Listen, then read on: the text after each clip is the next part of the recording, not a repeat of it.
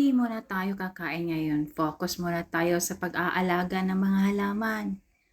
Napapabayaan ko na nga sila kaya ganyan ang mga itsura nila. Marami nang kumakain sa mga dahon ng mga halaman ko na kukubon. Kaya naisipan kong bigyan muna sila ng time ngayon. Nireripat ko na nga yung iba kasi mukhang tigang na sila, kagaya ng utor na to. Nakausli nga pala yung mga ugat nila. Kaya ngayon nilulublob ko sila ulit sa lupa para babalik sila sa dating ganda nila. Iba't iba kasi ang style nila, may cascade at saka may nakapatiwarik din. Dalawang klase nga pala itong mga kukubon ko. May green kukubon at saka yung golden kukubon. Ito na nga kasi yung naging hobby ko simula nang nag-pandemic. Kasi wala akong ginagawa sa buhay. Kaya ito na lang ang ginagawa ko, gumagawa ako ng kukubon. At nagpapasalamat na din ako sa mga taong tumutulong sa akin. Sa lahat ng mga miyembro ng Coco Bonsai Philippines. Kung hindi dahil sa kanila ay hindi ako makakagawa nito. Na kasing ganda ko, charot. Masarap kasi sa mata kapag tinitingnan mo tong golden kukubon ko.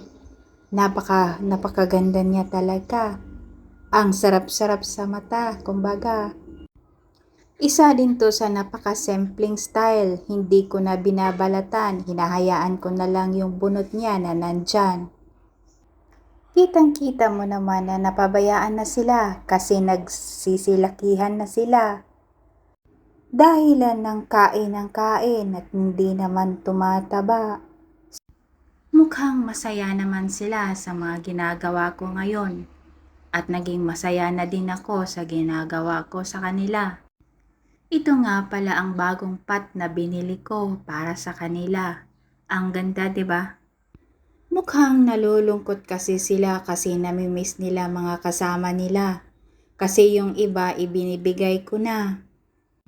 Kaya binigyan ko na sila ng time kasi ayaw ko silang maging malungkot at ayaw din nilang isipin na pinapabayaan ko na sila at hindi ko na sila mahal. Mahal na mahal ko kayo kaya nga bit-bit ko kayo saan man tayo ngayon. Pinapangako ko sa inyo na kahit saan man ako dalhin ng mga paa ko, basta dito lang sa Pilipinas, isasama ko kayong lahat. Walang iwanan to, basta wag nyo lang ako iiwan.